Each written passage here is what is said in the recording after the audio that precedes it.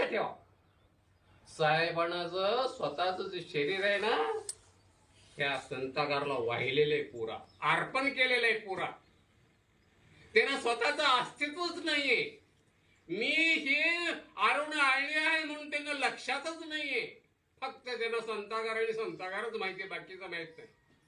काय नाव कुठे ठेवावं, कसा प्रचार होईल, हे कोणाला काय कम पडलं, एखादी दसोडी जर कम पडली, कोणाला ताप जरी आला, उफळून उठतात, ते उफळून उठतात.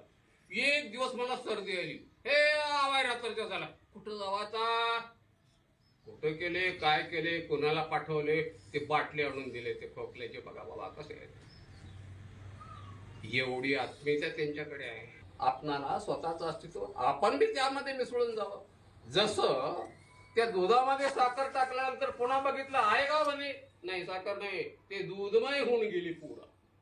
तितकं आपण समरस व्हायला पाहिजे. तेव्हा आपण ह्या संतागाराच्या घालवून नाही झाला